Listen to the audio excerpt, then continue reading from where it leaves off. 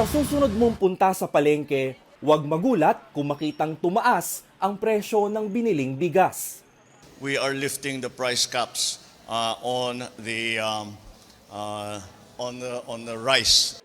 Ibig sabihin, malaya nang muling makapagtakda ng presyo ang mga nagtitinda.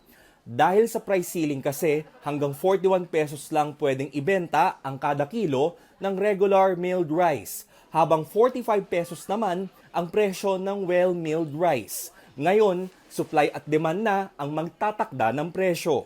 Pero hindi ibig sabihin basta't ganun na lang. Dahil kailangan pa rin natin ayusin ang agricultural sector, kailangan pa rin natin tulungan. Kabilang dyan ang pamimigay ng tulong sa mga magsasaka, alinsunod sa mga nakokolektang pondo sa ilalim ng Rice Tarification Law. Patuloy rin daw ang food stamp program para sa 1 milyong pinakamahihirap na pamilya.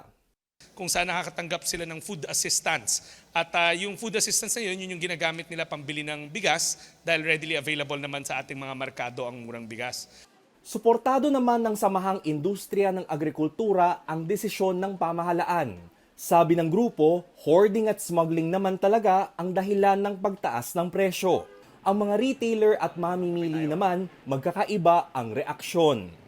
Lalong tataas yan. Wala lahat ng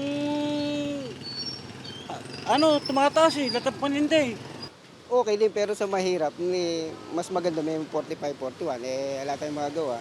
Pero wala akong choice, wala kaming choice Patuloy raw na magmamatsyag ang gobyerno laban sa mga nananamantala, gayon din sa mga smuggler at hoarder ng bigas. Sa katunayan, mismong ang Pangulo ang nagpangalan sa ilan sa mga kinasuhan ng gobyerno. Bagong Pilipinas na po tayo ngayon at atin pong susugpuin ang mga hindi po lumalaban ng patas. Samantala, tanggap ng Pangulo na ang problema ng bigas ang isa sa mga dahilan ng pagbagsak ng kanyang approval ratings, mula 80 hanggang 65% ayon sa survey ng Pulse Asia. It's not surprising. People are having a hard time.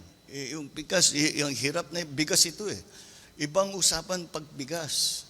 Aniya, patuloy raw nilang gagawa ng paraan ang suliranin sa presyo ng bigas.